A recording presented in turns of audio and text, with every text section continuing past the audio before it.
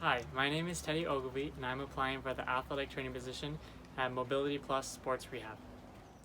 An initiative that I took on was when I was the vice president of the Sports Medicine Club at my school, Grand Canyon University. We were given the task of trying to put together a mock scenario for an event called Run to Fight Children's Cancer.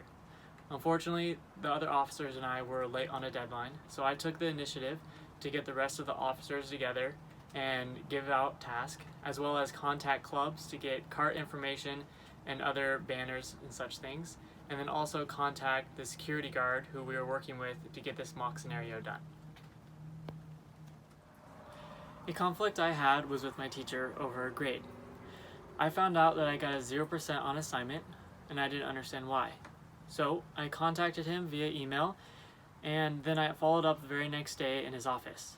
We discussed what went wrong, and I found out that I sent him an assignment that he could not view. Therefore, he gave me a 0. Then I proceeded to send him the assignment, he reviewed it, and he gave me full participation.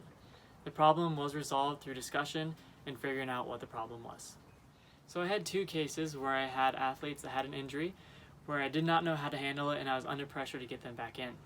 The first one was when I was working with the men's volleyball team, and we had an athlete who dove for the ball and suffered a laceration under his chin. I and the other athletic trainer came to him to help stop the bleeding as well as try to handle the laceration.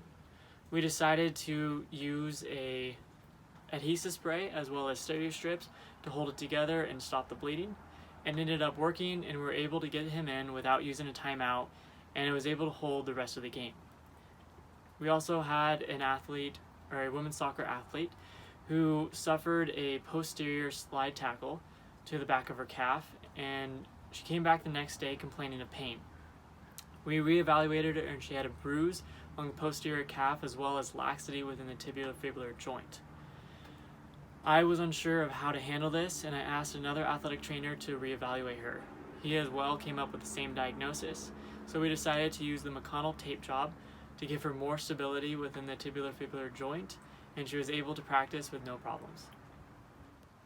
Thanks for watching the video, and I look forward to speaking with you over an interview.